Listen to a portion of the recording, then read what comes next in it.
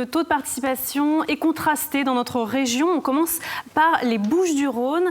Il est de 50,9%. C'est en hausse par rapport au premier tour. Il était en effet de 46,8% il y a une semaine, mais c'est en baisse par rapport à 2014, qui est notre année de référence.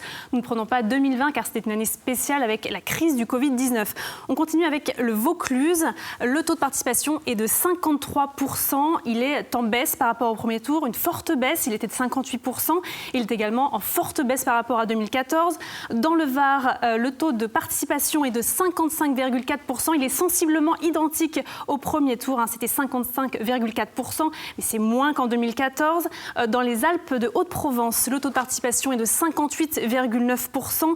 Très légère baisse par rapport au premier tour et légère baisse également par rapport à 2014. Et enfin, les Hautes-Alpes, le taux de participation est de 59,8%. Il est en baisse une fois encore par rapport au premier tour et légèrement en hausse par rapport à 2014. C'est une exception. Et enfin, dernier chiffre que je peux vous communiquer, c'est la participation à Marseille à 18h.